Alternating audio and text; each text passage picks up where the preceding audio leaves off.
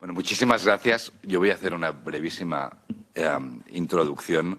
La verdad es que para nosotros es un auténtico honor y un privilegio tener los invitados que tenemos hoy aquí para hablar de Ucrania y América Latina y además hacerlo en el momento más oportuno.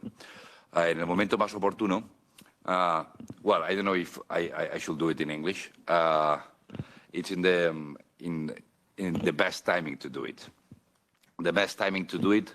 Why? Because you know that during the last 2 days, the relations between Latin America and Europe has been launched again. We had the first summit of both regions in 8 years. And we are having this when we have again war in the European soil, in the borders of Europe and against the principles that has built the European institutions during the last 70 years of integration. Basically, after 45, we decided the Europeans no more paint borders by the force, no more to the right of conquer.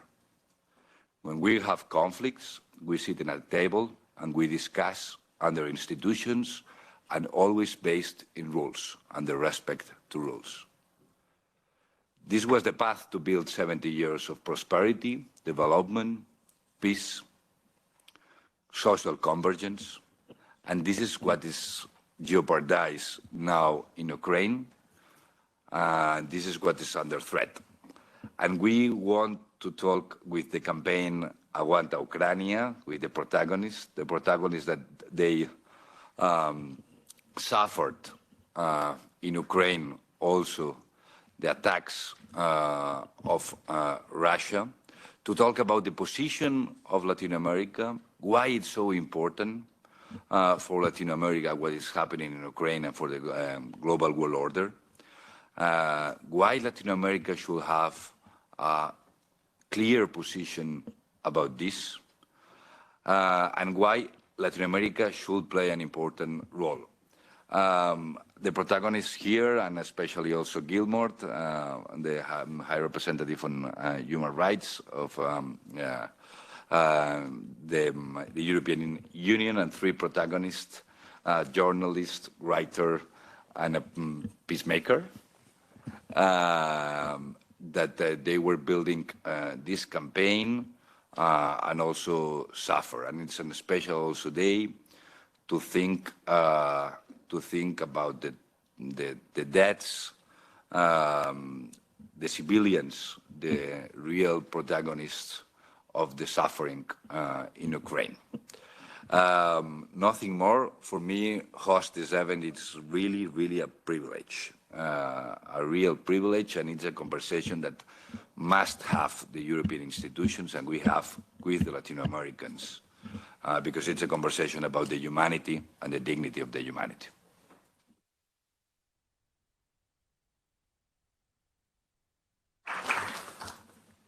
Al Sergio Jaramillo continuará moderando el acto, no necesita presentación. Como bien sabéis, fue embajador de Colombia aquí, en la Unión Europea, y uno de los protagonistas de las mejores noticias que ha alumbrado el mundo en las últimas décadas, que es el acuerdo de paz de La Habana entre las FARC y Colombia. Muchas gracias, Javi. Vamos esas primeras intervenciones a hacerlas en inglés y después miramos cómo hacemos. So thank you very much, Javi, for organizing this. Thank you very much to the European Parliament. We could not be happier with our friends to be here, happier than you can imagine after everything that happened. But I want to actually begin by thanking the European Parliament, not just for the invitation today, but for all the support we had in Colombia at the time when I was High Commissioner for Peace. And the Parliament, united from left to right, consistently voted in favor of supporting Colombia. And the best example of this is the man to my left, Eamon Gilmore, who was a brilliant special representative, went and is still going to Colombia showing this support. And so we Colombians really have received a lot of support, a lot of solidarity, and we think it's time for us to give some of this back, some of this solidarity back. Now, our movement, Aguanta Ucrania, is precisely not about being on the left or the right. It is not about taking geopolitical sides, but it's about taking the sides of the victims and not of the aggressor. It's about taking the side of those who uphold the UN Charter and not of those who violate it. It's about taking the side of Ukraine. Almost exactly 3 weeks ago, on a Tuesday at 7:30 p.m., Catalina, Hector, Dima, our driver, and Victoria Amelina, we sat down for a pizza in Kramatorsk. And the Russians launched an Iskander missile on our pizzeria. And after that, some people have asked, in Colombia have asked, well, what on earth were you doing in Kramatorsk? Why were you there? And we say, we were there because we wanted to see for ourselves what's going on. We wanted to record for ourselves what's happening and to give Ukrainians voice in Latin America, and we've put out some of his testimonies on our networks, but above all, we were there again to express our solidarity, as has been done by over 100 major writers, musicians, film directors that have recorded messages condemning the invasion and expressing their solidarity with Ukraine, people as different as Gioconda Belli of Nicaragua, Ana Garcia Vergo of Mexico, Leonardo Padura of Cuba, Juan Gabriel Vázquez of Colombia, naturally Hector here to my left, Alonso Cueto of Peru, Pablo Simonetti of Chile, Milton Atum of Brazil, plus musicians like Jorge Drexler, like Fonseca, and more recently, more and more leading human rights figures of Latin America, very distinguished former presidents of the Inter-American Commission of Human Rights, like Claudio Grossman of the Court of Human Rights, like Diego Garcia Sayan, have come out speaking against the invasion because we want to show the world that we care, that Latin America cares. And we care because we also have our own reasons as Latin Americans for caring. And I will just tell you 2 stories of the many people who have come out and supported us and joined the movement, of why, as they said themselves, Ukraine may seem to be very far, but it's actually very close to us. And the first is former president of Uruguay, Sanguinetti, who in a video that we are about to publish, said something very simple but very powerful. He said, Uruguay is a tiny country. We're surrounded by huge neighbors, Brazil and Argentina. And we've had 2 centuries of peace. Why is that? That is because we respect each other's sovereignty. That is because we all respect international law. And we use the mechanisms of international law to solve our differences. That is because we all respect and uphold the UN Charter. So Ukraine may seem far, but it's actually very close to us, to our protection, to our security. And the second is precisely from Claudio Grossman that I mentioned a moment ago, very, very distinguished human rights lawyer who in the 70s used to go and visit political prisoners in the Chilean prisons under Pinochet. Claudio reminded us that it was Latin America who insisted on, when the Rome Statute was being discussed in '97, insisted in having the crime of force disappearance be part of the statute. That was a Latin American contribution. And he reminded us how that today that is precisely what's happening in Ukraine. Everywhere where there are Russian troops, Ukrainians are being abducted and are being killed. And you are going to see one such story today of a poet and children's book writer, Vladimir Vakulenko, who was abducted and killed. And we know about that in Latin America because a lot of people were abducted and killed in Argentina and in Chile and in Mexico and in my own country, Colombia. So we care and we want to raise our voice. Now, we don't want to say that Ukraine matters more than everything else in the world. This is not a question of which victims are more important. This is not a competition. And I don't want to take this moment to say that we need to keep paying attention to all other conflicts and all other victims in the world. I spend my time trying to do that, trying to help people negotiate peace agreements to end conflicts. But there is a difference here. There's a major difference here, which is not just that a superpower has decided to invade its neighbor, is that Russia is using all its military might to intentionally and systematically target and kill civilians in Ukraine. And this is completely and utterly unacceptable. We in Colombia know a lot about this because we had an internal armed conflict. In a previous life, I was in Colombia Deputy Minister of Defense, also National Security Advisor, and we worked very, very hard on issues of international humanitarian law and the conduct of operations. And what I can say to you is that Russia is, first of all, entirely in breach of the most obvious obligations. I will just read to you the language, for example, of Article 51 of Additional Protocol 1 to the Geneva Conventions, which says, the civilian population as such shall not be the object of attack. Acts of violence whose primary purpose is to spread terror are prohibited. And this is what Russia does every day in Ukraine. It commits war crimes every day. And these are actually, if you think about it, not just war crimes, these are crimes against humanity in the language of the Article 7 of the Rome Statute, because they're being committed in a widespread and systematic manner consistently against the civilian population. This is happening intentionally. But I actually think that this is all still worse, because it's not just simply a matter of not observing the sacrosanct principles of the law of war, such as the principle of distinction and the principle of proportionality and the principle of caution. That is not the only problem.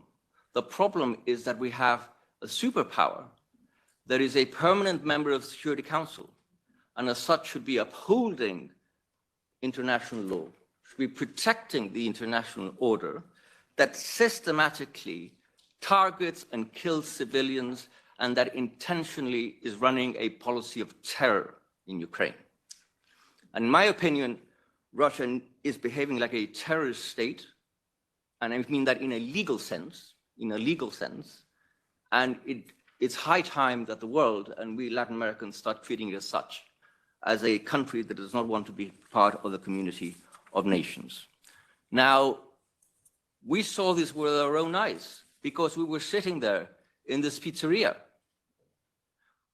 We saw the families, we saw the journalists, we saw the children running up and down the corridors. We also saw soldiers who were there with their girlfriends having a break. And we lost our very dear friend, Victoria, who was sitting right to my left. And we have to repeat again and again, as you may have seen in the streets of Brussels, Victoria Amelina was a civilian.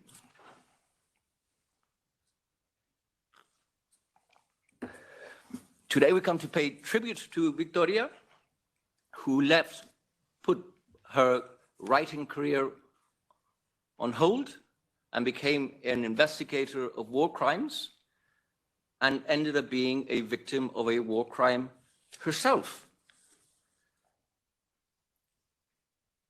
In the video that you're going to watch in a minute, you will see this is the last recorded interview of hers, which we did with Hector. She was talking about this poet, Vladimir Vakulenko, who was abducted and killed and whose diary she found after speaking to her father in the garden. And she tells us the story of this. And she says, as you will hear, that she thinks that the Russians didn't just want to kill a Ukrainian patriot, they wanted to destroy Ukrainian culture. And this is precisely what happened with Victoria. This is precisely what Victoria's death means, the destruction of Ukrainian culture. So we're facing something that the world, frankly, has not seen since the Second World War. This level of barbarity has not been seen since the Second World War. And we ask all Latin Americans and no Latin American governments to raise their voice and condemn this barbaric invasion. So now with you, our dear friend Victoria Amelina. We're going to show you, it's a little bit long, we apologize. It's about 15 minutes. We ask 15 minutes of your patience to listen to her last testimony, her last interview.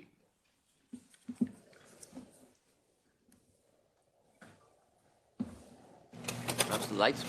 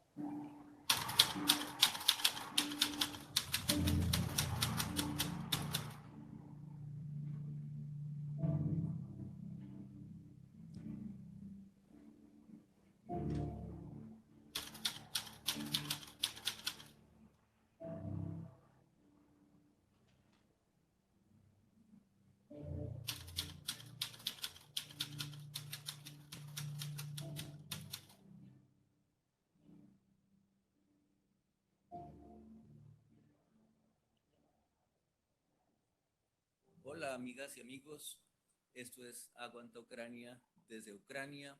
Hoy estamos a las afueras de la ciudad de Izium, que fue teatro de unos combates terribles como consecuencia de la invasión rusa desde el mes de marzo, pero luego meses más tarde, en septiembre, Ucrania con su contraofensiva logró expulsar a los rusos y lo que se vio, lo que se develó tras la salida corriendo de esas tropas fue la absoluta destrucción de la ciudad, más del 80%, y como ya lo hemos dicho y visto en otras partes, la destrucción de su población. Más fosas comunes se encontraron en los bosques, más de 400 cuerpos. Y dentro de estas historias, hoy les queremos hablar de la historia de Volodymyr Vakulenko, un poeta y escritor de libros, de cuentos de niños, que vivía en esta casa, que plantó este jardín.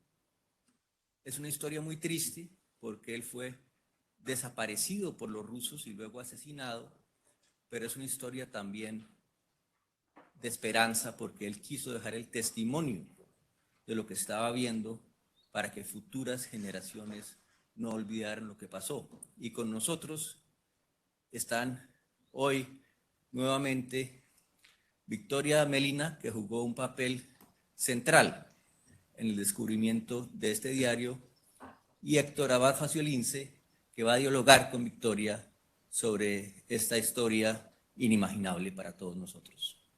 Héctor. Victoria, Volodymyr Vakulenko was a poet, was a writer. He planted this vine, probably, and that tree over there, the tree of cherries. Cherries are probably the fruits of Ukraine. And you know from his father that down that tree of cherries, he planted something different. And it was the prospect of a book, prospect of fear of him. Can you tell us, how did you discover these diaries? I started talking to Volodymyr's father not only about the abduction of his son, but also about what his son did while he was with him. So we started talking about Volodymyr's writing, and this is when Volodymyr's father remembered that Volodymyr was writing even during the occupation, and that he hid this diary a day before he was finally taken away and never came back. So we started searching together with Volodymyr's father, and I found this diary here. And it is now basically becoming a book. This book will be available in Ukraine for sale in July. The diary was not so big. It's 6,000 words because Volodymyr Vakulenko entered the diary on March 21st on the Poetry Day, and the last words in the diary are about the International Poetry Day and about the fact that on that day he sees the birds in the sky, and it seems to him that even the birds are saying that he believes I believe in victory. You brought the diaries to the Literature Museum in Kharkiv. And in that museum, there are many writers who were also killed a long time ago. But now the diaries and the memory of Volodymyr are together with those old poets. That's plenty of meaning. Why did you take the diaries there? Exactly, because I saw this connection between the executed Renaissance, between the generation of Ukrainian writers and artists which were executed by the Soviet regime in 1930s. And I have to tell you that while looking for the diary in this Black Ukrainian soil, I was really afraid that I wouldn't be able to find it. And this will be another Ukrainian manuscript lost, because unfortunately not all manuscripts, not all books of the writers executed during the Soviet times survived. Some of the, for example, the second half of a novel by Mykola Khvylevy was published in the magazine. There was 1,000 of copies of that magazine, but Soviet regime managed to destroy all the copies. So we only have the first half and we don't have the second half. So Ukrainian manuscripts do burn, as we know, and I was afraid that this manuscript could also be lost, like many, many others. But fortunately, we have it. Okay, thank you. Maybe this is also in this terrible tradition that one Russian poet said that in Russia, they take poetry very seriously. They kill you because of a poem. Probably he was killed because of his writing, because of his position as a Ukrainian national writer. I think we're all targeted not as writers or people of other professions. He was killed because he was Ukrainian, because he chose to be Ukrainian. Thank you, Victoria.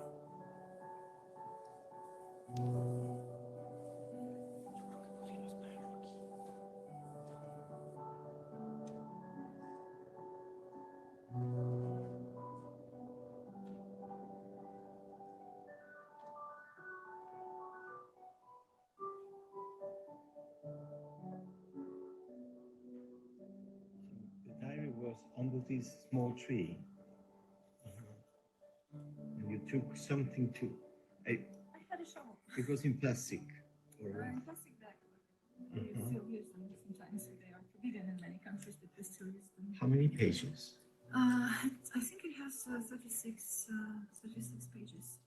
36? Yeah, it's 6,000 words, around 6,000 words, because we already have it transcribed. Okay. Now there are some cherries here. Yeah. Let's try one cherry. That's strawberry, but I'm sorry. You're already intruding, so.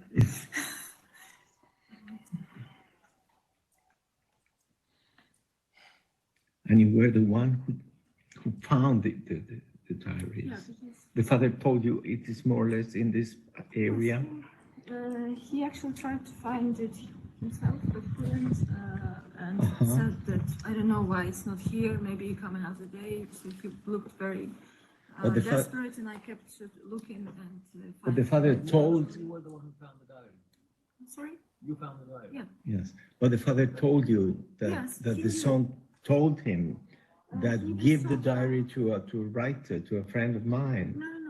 He told just in Ukrainian there's the word ours, like our guys. It means it's perhaps, but it has no gender. It's like ours. Give it to when our come. Our people. Our they people. come, give it to them. So, and the father consider you our people. In some Más ways. linda. Okay. Well, I was the first one who came to him after the Oh, liberation. good. You never met him before, the writer. I met him once, but very briefly, so we were just Okay. colleagues, not friends. And he used to write children books. Yes, he was primarily a children's writer. He had a son, Vitalik, and when Vitalik was about 2 or 3 years old, the parents realized he has autism syndrome. So this connection with the child was very important for Volodymyr, and he tried to write for him, basically. His most famous book is called Daddy's Book, and it is a book of poems addressed to a little boy. And obviously, beautiful. And the boy is still with Julia. The boy is with Olena, Volodymyr's mother. Okay, Julia is just a librarian and my friend. Okay. She's not a relative. No, she's not a relative. She's just because I was coming a lot to this village and we became friends. Okay. She was just in Kyiv at the Book Arsenal, by the way, because the Book Arsenal Pan-Ukraine actually made an event for librarians from the villages which were occupied, and libraries suffered, of course, during the occupation. So they invited librarians to tell their stories. So Julia is just back from Kyiv as well. And do you think that when the Russians arrived, he discussed with them? He was very openly opposing there, or they just know that he was a nationalist Ukrainian or something? He tried to be careful, and he writes about this in his diary, that he would be more brave, but he has a child and he has to think about the child's safety, and that is why he was careful.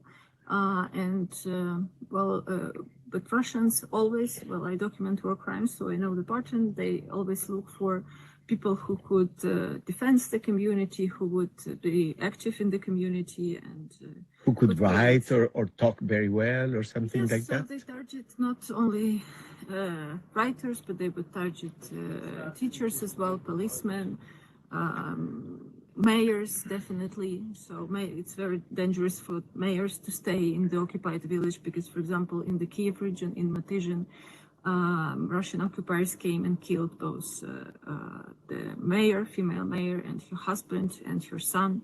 So we have terrible stories like that. Some of the mayors are detained and tortured, but then let go. So perhaps Russians consider that they are broken now and they won't resist and do anything to protect people and keep basically this Ukrainian identity in the community. So they look for people who the people which, if you destroy them, then community will be much weaker and more obedient. So Julia could be also endangered in those days. I'm sure she was in danger. She doesn't like talking about that, but I know that she was in danger. Of course, and we know that they took many children away, and of course, they don't kill the children because they want to give the children to Russian families. The children Russian, yeah. Yes, but we didn't have so clearly know that they also took away adults alive that never came back. Of course, they detained a lot of people in this region, in Izum, in Balaklia, for example, in the town of Balaklia, and this is a town of 40,000 people. Only organization I work for, it's Truthhounds NGO. We identified more than 300 civilian prisoners, mainly men, but also some women who were detained and tortured with electricity. Different ages. Old people, young people. Yes, old people, young people. Definitely, if you served in the army, this would make you a target, despite the fact that serving in the army several years ago, or decades ago, doesn't make you a military now.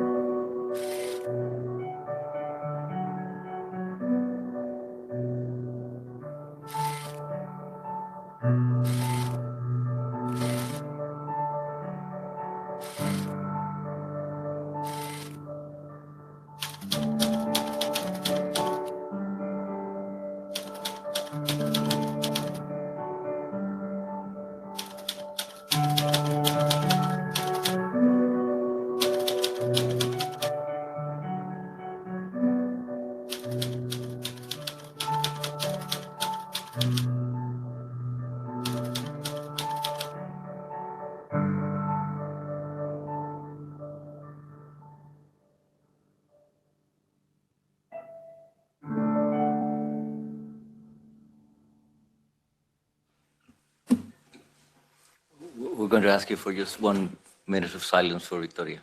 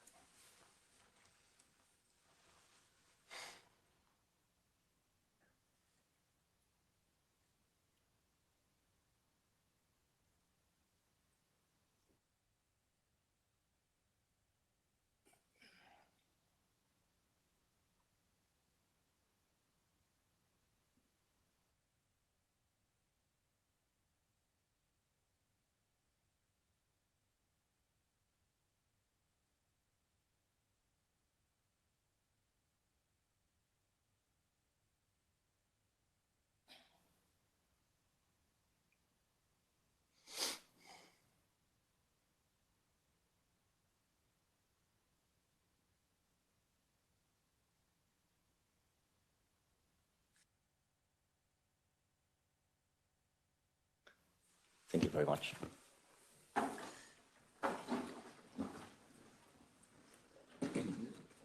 So now we're going to hear Hector first and then Catalina tell us about what we lived through and what they think of all of this.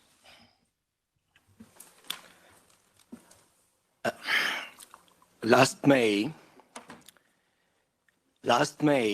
in Lillehammer, Norway, Volodymyr Vakulenko was awarded a special prize from the International Publishers Association. Victoria Amelina received the award on his name and she said, I am a Ukrainian writer speaking on behalf of my colleague who, unlike me, didn't survive another attempt of the Russian Empire to erase Ukrainian identity.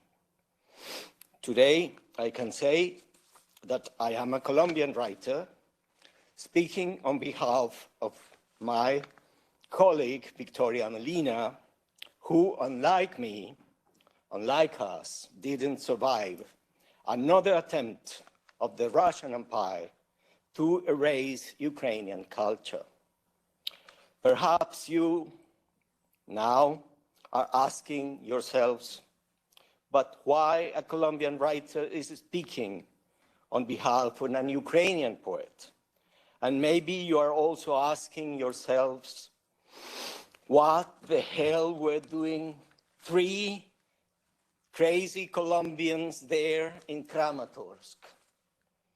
I will tell you what and why. There were many Norwegians in Colombia during our peace process. There were some Irish people in our peace process. And this man here, Sergio Jaramillo, and many others achieved a big amount of peace among us thanks to that Norwegian, Irish, Spanish people. They didn't feel too far away from Colombia, and we don't feel too far away from Ukraine. Do you know, we are not only drug and cocaine traffickers. We are not exactly a banana republic. We are not only apt to write novels about bloody and crazy dictators. We, in Colombia, down there, we are probably the far west of the Western world. And also there, in the high mountains of the Andes, the seeds of freedom, democracy, and liberalism flourished like a cherry tree, like a coffee tree. We are here to remember you, Europeans, And you Latin American leaders who are around here, I think, that your union, the European Union, and you, our independent countries, were achieved for the sake of freedom against despotism, for the sake of free thinking, free talking, free press, free trade, free movement, and for safety and privacy in our homes.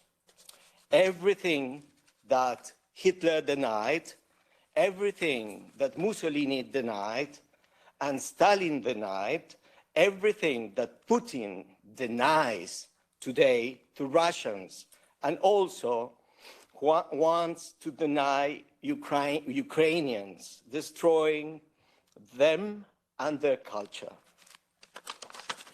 It is absolutely clear that when we are speaking for Ukrainians, we Colombians, when we are speaking for Ukrainians, we are speaking also for ourselves. And much more important that when Ukrainians are fighting for themselves, they are fighting for we all and for the future of the world.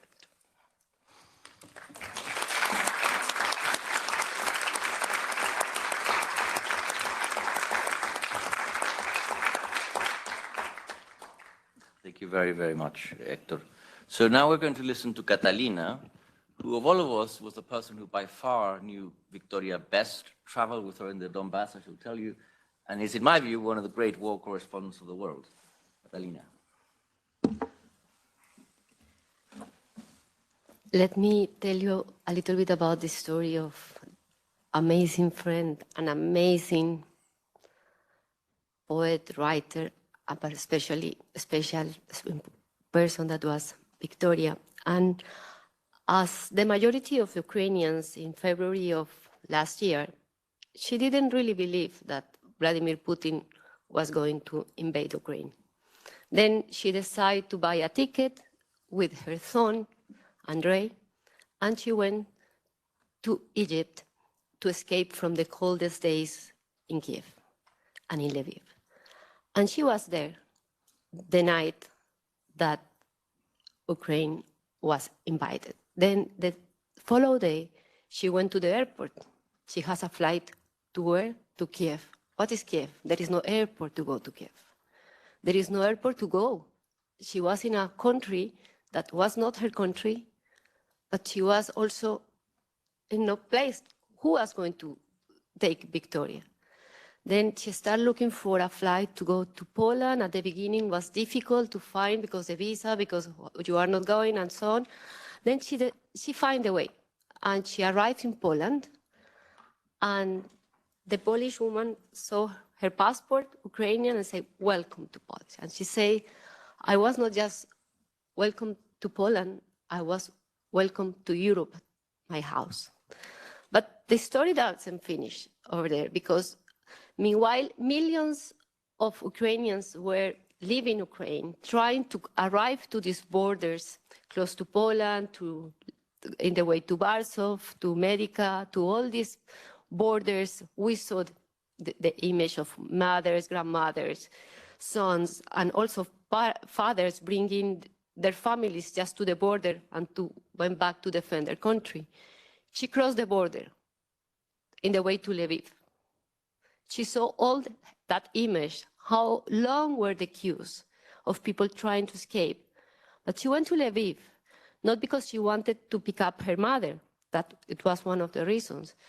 She went to Lviv to open the doors of her house, to receive all friends who were escaping from Kiev, and to start helping in the way she could.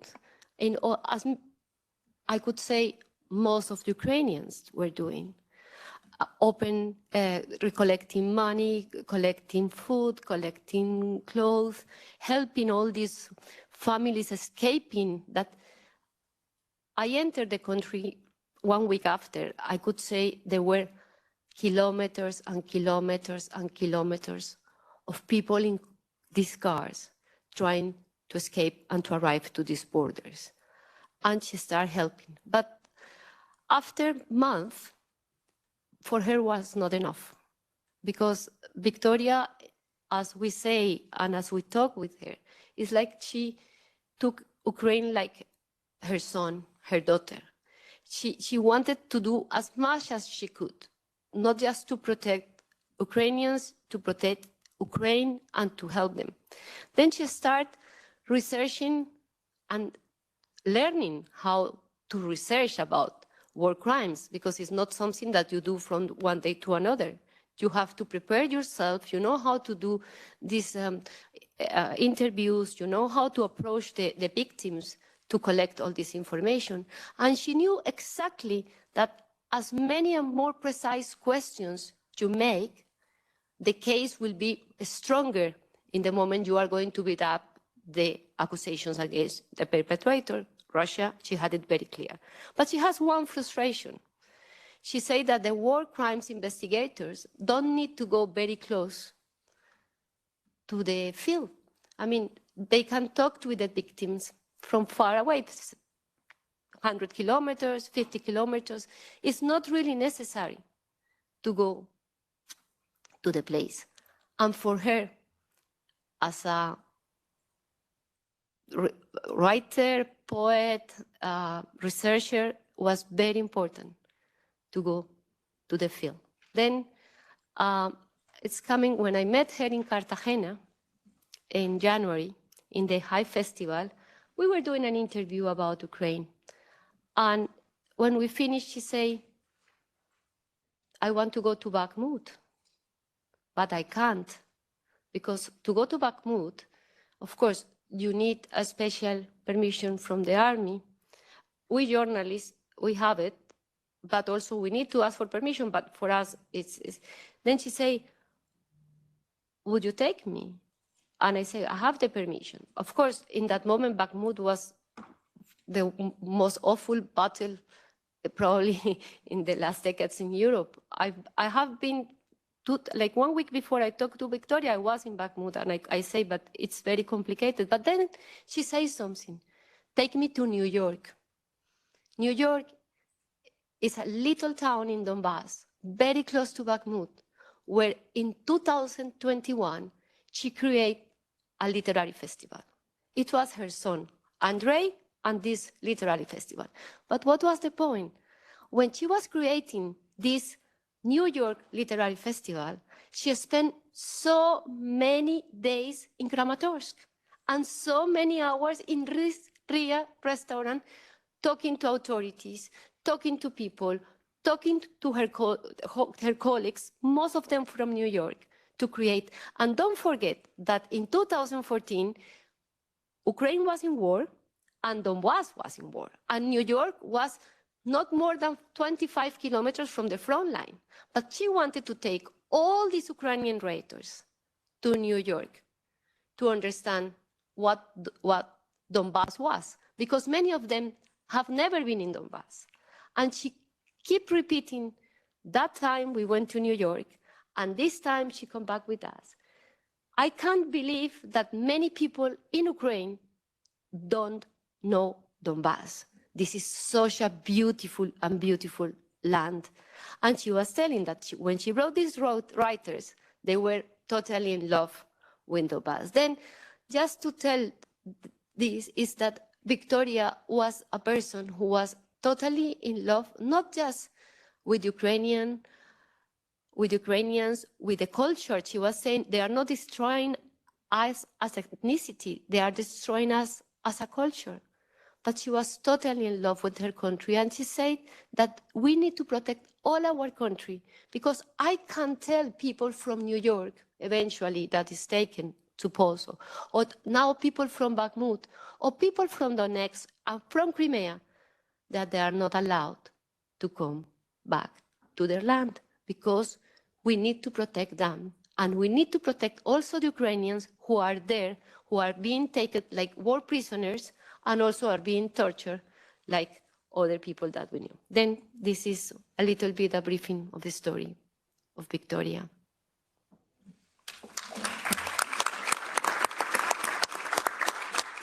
Thank you very much, Catalina. You mentioned her son. She left behind a 12-year-old son, and we do want to say that all of us, the family and her son, been in our thoughts.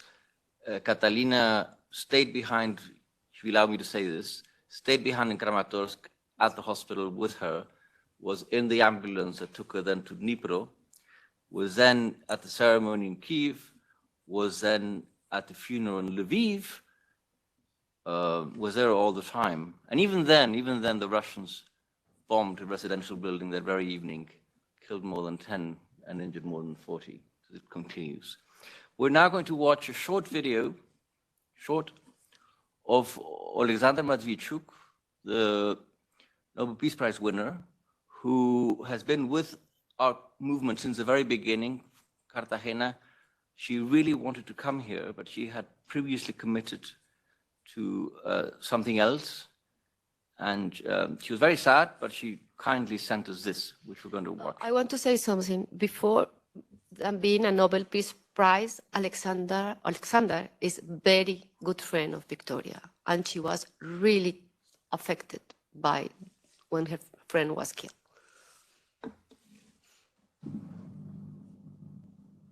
My name is Alexandra Matviichuk. I'm Ukrainian human rights lawyer, head of the Center for Civil Liberties. I have been applying the law to defend people and human dignity for many years. At present, I and other Ukrainian human rights colleagues are doing our job during large-scale Russian invasion. Russia started this war 9 years ago, when Ukraine obtained a chance for the quick democratic transformation after the collapse of the authoritarian regime due to Revolution of Dignity. We got a chance to build the country where the rights of everybody are protected, government is accountable, judiciary is independent, and police do not beat students who are peacefully demonstrating.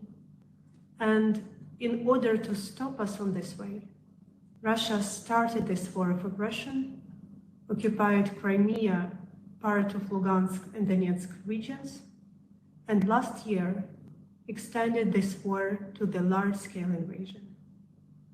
Because Putin is not afraid of NATO. Putin is afraid of the idea of freedom.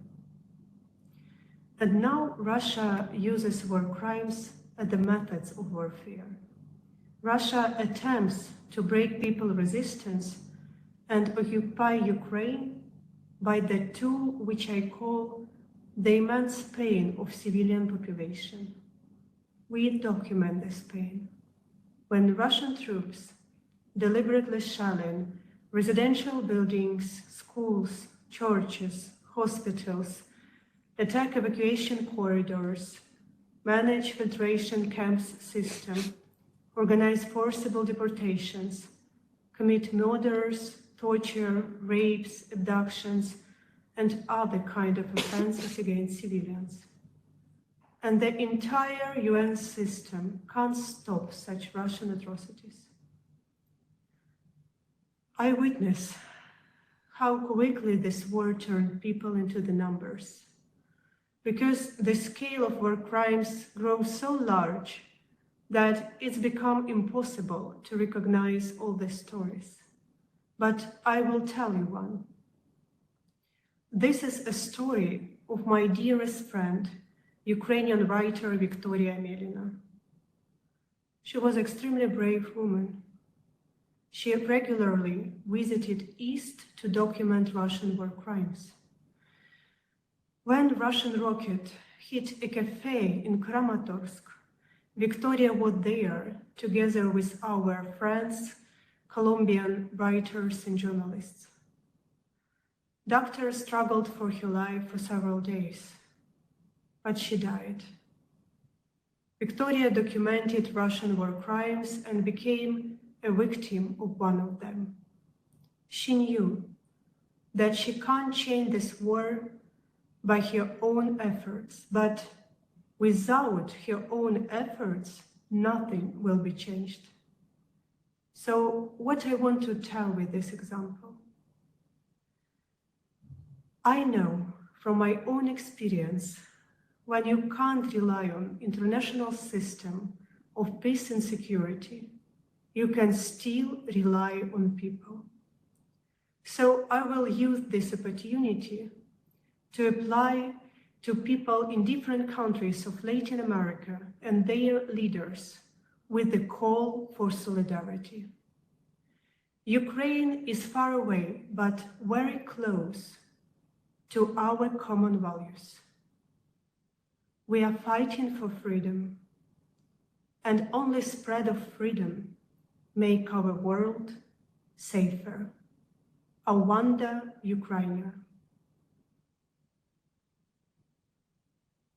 Thank you very much, Alexandra.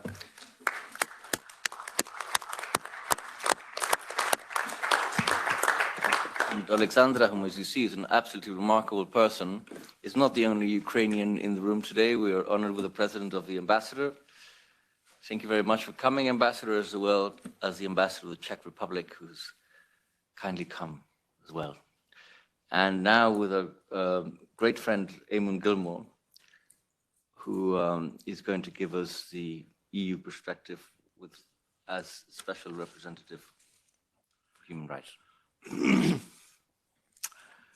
Thank you, Sergio. I was interested to listen to both you and Javi at the beginning of the meeting, drawing comparisons and parallels with the end of the Second World War. And I want to thank you for your kind references to my own role as the European Union Special Envoy for the peace process in Colombia. And in that capacity, I remember on many occasions, and we used to refer to the Colombian conflict as the biggest conflict in the Western Hemisphere. I remember in the many discussions that I had with many people in Colombia, talking about the experience of Europe and talking about how Europe had been pulled apart, destroyed by wars, particularly in the first half of the 20th century, and how we had built a reconciled European Union, and how we, in addition to the United Nations structures, we had also built institutions like the Council of Europe, like the Organization for Security and Cooperation in Europe, which I once had the honor of chairing, to prevent wars from ever happening again in Europe. And at the time that I was working in Colombia, I could not have imagined that war would return again to Europe, that we would see scenes reminiscent of what happened in World War II, that we would see and experience the atrocities that were reminiscent of World War II. And not just that war had returned, but that the conduct of war by Russia involved such a scale of the breaking of international law, the violation of international humanitarian law, the commission of war crimes. It's now more than 500 days since February 24th, 2022, and the war of aggression by Ukraine, or the war of aggression by Russia against Ukraine, which has involved indiscriminate shelling of Ukraine's civil infrastructure and civilians, including the attack on the pizzeria in Kramatorsk, where you were dining on that fateful evening of the 27th of June. I was in Kramatorsk a few months before February 2022. I was there in October of 2021. And in Kramatorsk and in the neighboring villages around Kramatorsk, I saw apartments that had been bombed. I met people who had lost limbs, who had lost loved ones. Because I think we need to remember that this war of aggression against Ukraine was going on for quite some time before February the 22nd, February 24th, 2022. And the response of the European Union to that war of aggression is really threefold. First, to provide support for Ukraine, military support, political, diplomatic, financial support, 70 billion euros to date, to do whatever it takes and for however long it takes for Ukraine to prevail. And the second part of the European Union's response is to welcome Ukraine as a member of our family of member states, and to say to Ukraine and to Ukrainians that your future, when this hell is over, will be part of our family within the European Union. And the third part of what we are trying to do is to make accountable those who are responsible for the war crimes in Ukraine, for every civilian and individual who has been killed, who has been violated, and who has been injured. And that's why we support the work of the ICC. That's why we have extended the role of Eurojust in the collection of evidence. That's why we're working with the United States and the United Kingdom in the ACA to support the building of the cases to be taken. It's why we support the decision taken at the Council of Europe summit in Iceland a couple of weeks ago to establish the register for reparations, and it is why we are continuing to work on the tribunal on the issue of the aggression. But of course, as has already been said, we also have to remember that unfortunately these days, the war of aggression in Ukraine is not the only conflict that the world is experiencing. And we think too of those people in Ethiopia, Tigray, who have suffered and who call out for accountability. What is happening these days in Sudan and in the Sahel, what is happening in Myanmar, the women of Afghanistan who are suffering oppression. And the thread, I think, that runs through all of that is the sense of humanity that we all share. I want finally to say how much and how touched I was by the video that you showed, and the words of Victoria Amelina. And if you'll permit me, Sergio, because she used a phrase in the interview in which she talked about the birds in the sky. And it actually reminded me that I had pulled out a poem that she had written, which I think that resonates, and if you permit me, because I think I just want to read it. It's from a poem called About a Crow. In a barren springtime field stands a woman dressed in black, crying her sisters' names like a bird in the empty sky. She'll cry them all out of herself. The one that flew away too soon, the one that had begged to die, the one that couldn't stop death, the one that has not stopped waiting, the one that has not stopped believing, the one that still grieves in silence, she'll cry them all into the ground as though sowing the field with pain. And from pain and the names of women, her new sisters will grow from the earth and again will sing joyfully of life. But what about her, the crow? She will stay in this field forever, because only this cry of hers holds all those swallows in the air.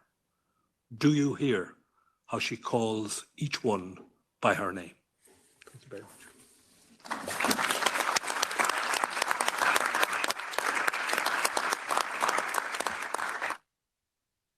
very much, Eamon, for that. We're very touched. And finally, we're going to hear from Ivan Briscoe. Ivan is the director of Latin America at International, or now Crisis Group. But more than that, he's one of the sharpest observers of Latin America and one of the most even-handed and good analysts I know. So, and if we have a few minutes at the end, Javi, we can answer a few questions if you're interested. Ivan, please. Thank you very much, Sergio. It's really is a humbling experience to be with you and to hear what happened in Kramatorsk from you firsthand. I think Victoria and her compatriots might be a little bit shocked to learn how the issue of Ukraine and the war has complicated the summit, which has just finished here. We would expect, on the basis of the history of Latin America, that its governments democratic governments would join protests against war crimes and human rights abuses. But that hasn't happened, or has only happened partly, shall we say. So I'd like very briefly to try and understand a little bit better why Latin America seems to adopt the position it has. I've talked with numerous politicians, diplomats and experts in Latin America on this in recent months. Actually, while Sergio, Hector, Catalina and Victoria were on their ill-fated journey, I was in 3 separate Latin American capitals where this issue regularly arose. And the contrast between what happened to you and what I was listening to was sometimes stark. So I'd like just to briefly portray the logic of the Latin American stance in the hope that you will understand it as a serious and rational position, but I will suggest also ways to respond to it and draw attention to its fundamental weaknesses. But first of all, it's important to say that Latin America is not pro-Russian. Please, only Nicaragua voted against the UN motion to condemn the annexation of Ukrainian occupied territories last year. Some governments are clearly pro-Ukrainian, Guatemala amongst them. But it's true that while most condemn the invasion and the rupture of international law, they prefer to go little further. And there is certainly no desire to pursue sanctions, to provide military assistance to Ukraine. And 2 countries, Brazil and Mexico, stand out for championing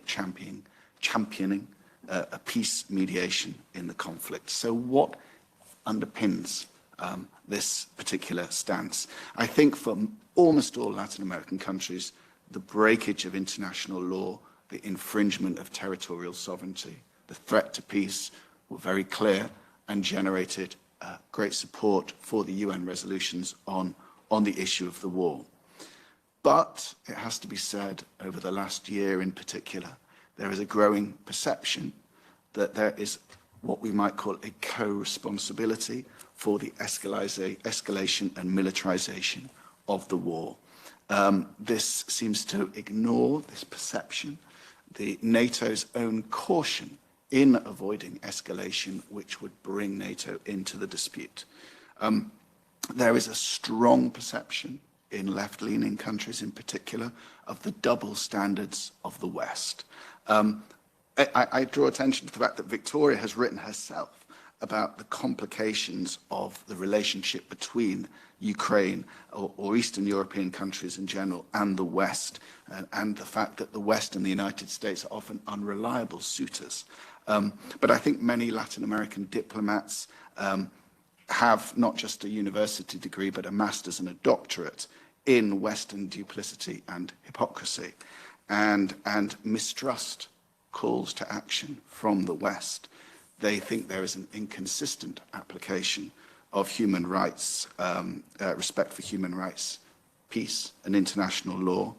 They think there is an inconsistent application of the demand for democratic standards in different countries around the world.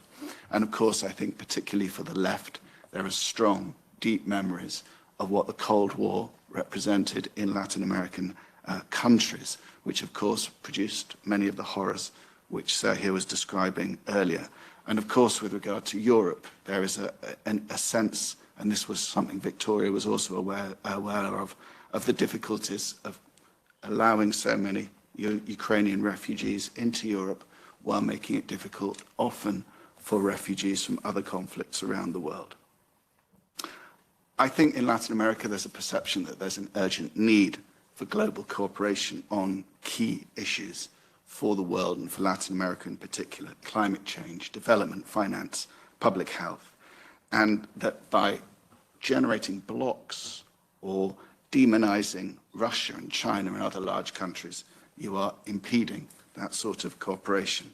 And I think lastly and very importantly, and Sergio drew attention to this, there's a very long and established Latin American history of building peace between states. Latin America is the region with the most bilateral and multilateral agreements related to the peaceful settlement of conflict in the world. It believes in arbitration and adjudication of disputes, and it believes that it brings to geopolitics its experience on these issues, and it should be listened to when it recommends to the world peace. But there are, of course, important weaknesses in all of this. I portray what I have heard. I portray what people say, very authoritative people on this subject. But there are clear weaknesses and loopholes here, which I think you as campaigners have to exploit at the very highest levels of government. There is a disgust with war across Latin America, but there's very little understanding of the causes of the war in Ukraine. Boric, the president of Chile, made very clear today in his presentation that Russia invaded Ukraine. Russia is responsible. There is no co-responsibility. Arming a country which is trying to defend itself, within limits, of course, is not making equal blame for the conflict, does not generate equal blame for the conflict. There are blind spots, as Sergio has clearly said, and particularly regarding the human rights abuses and war crimes taking place in Ukraine right now as a result of the invasion. There is a misunderstanding of sanctions. There is a sense that these are punitive sanctions similar to those which were exacted against Germany at the end of the First World War. This is a comparison I have heard again and again, and I think it's a responsibility of those imposing sanctions to make very clear that if the war ends and there is a settlement with the consent of Ukraine, then those sanctions would be lifted. But that is something which has to be communicated more clearly to governments in Latin America. But I'll just make one last, and I think this is a very significant point, which I think should be at the heart of all dealings with Latin American governments that resist, as it were, the Western line on Ukraine, which is that if they prize and cherish their ties to Moscow, then they should use them to press on the leaders of Russia the need to show a willingness to negotiate and a willingness to make concessions. We, so far, in Crisis Group, have seen no evidence that that is the case. And if Latin America wishes to maintain relations with all sides in a multipolar world, then it should meet its responsibilities in that regard. Thank you.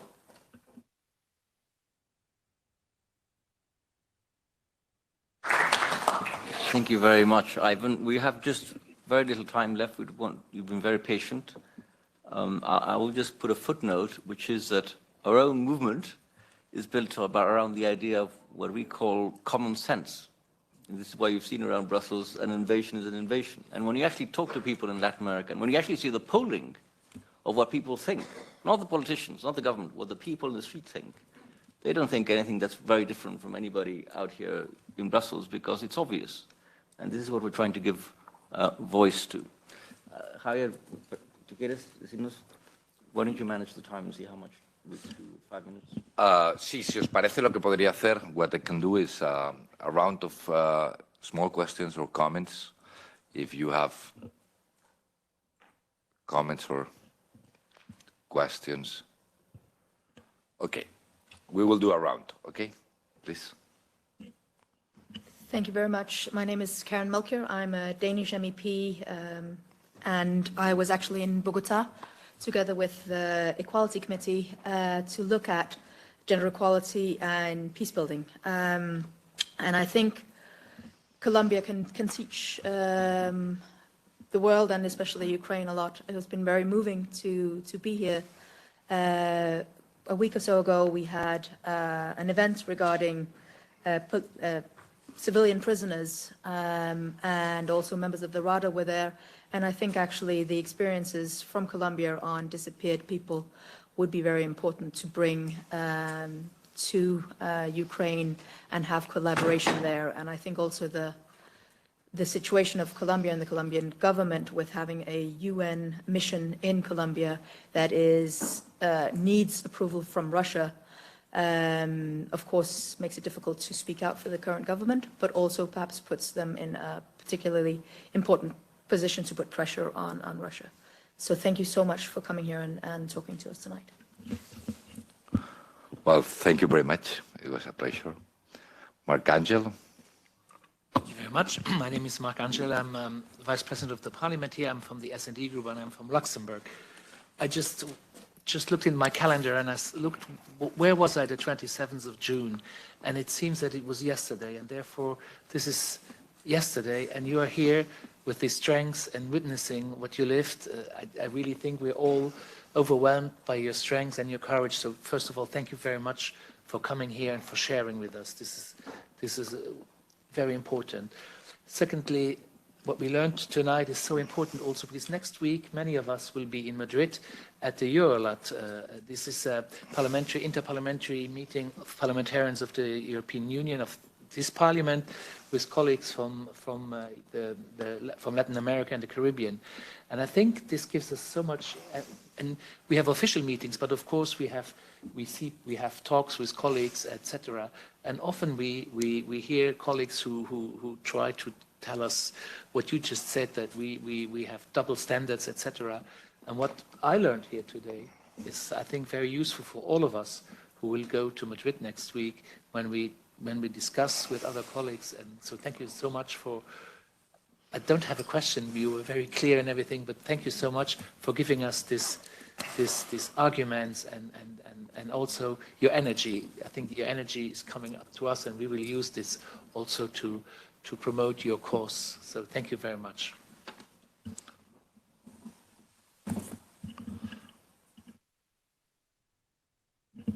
More comments? I would want to do a small comment, especially because, like, I feel when we talk with a lot of politicians, diplomats, because always we have the feeling that for this reason it's so useful, the work that the campaign is doing. No, it's unacceptable, but, and then a lot of things with this but, you know. And two elements that we have to try to explain is, first of all, I think Ukraine brings the discussion about the world order and what kind of world order we want to have, no? And this strange feeling that, well, a multipolar world and this narrative, a multipolar world that we are going to. And also like Latin America is really vocal on that. I think that Europe has to explain that a multipolar world without rules, with regional powers deciding about their neighbors, it will be an admire. An admire. Like a new multipolar world doesn't mean a better world automatically. It's not like that. And the best example about this is Ukraine. It's the best example. And secondly, the mindset about the Cold War, this is also really important. No? I think like the heritage about the non-aligned countries and this element that it's there, no? And then, and I think it's a complete misunderstanding about what it was meaning, what it mean to be non-aligned. The non-aligned movement, it was basically anti-colonial movement, basically. And what we are facing in Ukraine, it's a colonial behavior, like an imperial act. And we have to explain that the non-aligned movement use the heritage, the cultural, political heritage of the non-aligned movement in the world, like should denounce and reject completely what is happening in Ukraine. And we have to explain this to our colleagues from Latin America. I think our time is up. The ambassador wants to say something. Yes, just to thank you personally, Sergio, and all speakers today and organizers, but not only for today's event, for all you have been doing for the last, I think, half a year, right, or even more. One could think that it's a long time, but indeed, you did a lot during this very limited time. I mean, you managed to get together really prominent, important personalities in Latin America, Caribbean region. And what is important that you are reaching out to the people and to explain in a very simple words, in very simple categories, what is right, what is wrong, what is human and what is inhuman, what is criminal. And you really complicate situation for Russia because they try to operate very general concepts and turn people's head around, and they are quite strong in that. And your approach is really winning one, and we also have to learn a lot from you and use this. I don't want to say methods, because it's not a method, it's just telling the truth in our regions and continents. And it's indeed about what kind of world we are going to live tomorrow. It's a world of lie, manipulation, and divisions, or to build our future together. Thank you.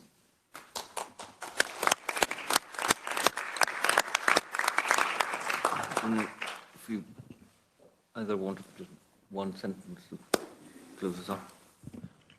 Pues I want to say that I was in Colombia after Ukraine. And before I went to Ukraine, I thought that Colombia was one of the worst places in the world. Terrible, insecure, streets, violence, paramilitaries, robberies, everything. But then after Ukraine, I felt so safe at home.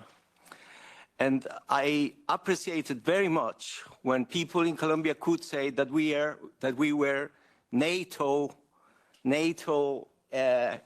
enviados, NATO envoys, that we were CIA accomplices working in Ukraine, or that they could say that really, as some bloggers in the Russian part, that they say, oh, it was the Ukrainian army who first put the bomb in the Kramatorsk pizzeria.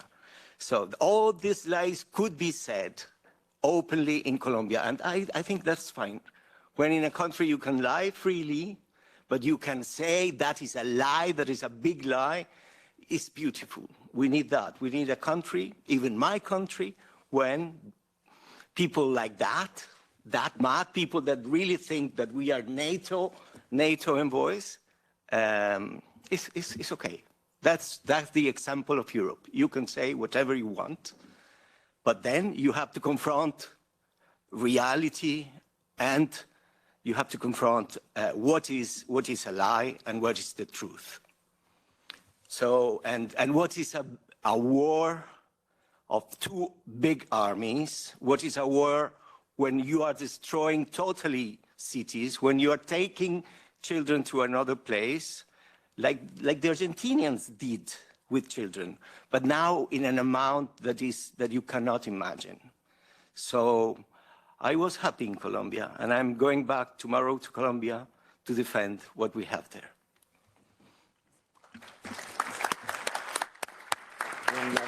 One last. I just was watching today an interview with Victoria months ago. Then I asked her what Latin Americans could do to help Ukrainians.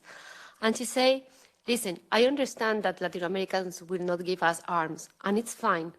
but they will never forget that with pressure, it's important for us. They need to put pressure on Russia, supporting sanctions and putting pressure. This is the way everyone can help, is what you say.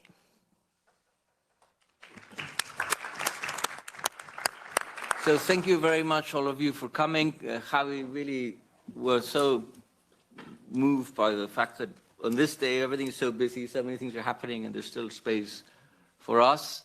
I will just say one final word about Victoria, because this is, above all, a tribute to Victoria we wanted to do today, and that is, the more I think of her as a kind of great interpreter of Ukraine. She understood that despite what you see in the news, the world really wasn't understanding what's going on. As a young person, she spent some years in Canada. She spoke English very well. I think this gave her an advantage. But this is what we need to do. We need to get the evidence out, and we need to call things by their name if this is going to end. I am of the opinion myself that the war is only going to end when the people in the Kremlin understand that all the doors have been closed, and they're closed by showing the evidence and showing what accountability means to this criminal regime. It is very odd because Hector and I really knew Victoria. I'd met her before, I was in touch with her, but in the end, very briefly, just a short week. And she actually every day becomes, the more we know about her, she becomes a better and better friend, and we admire her more, and it's a terrible, terrible loss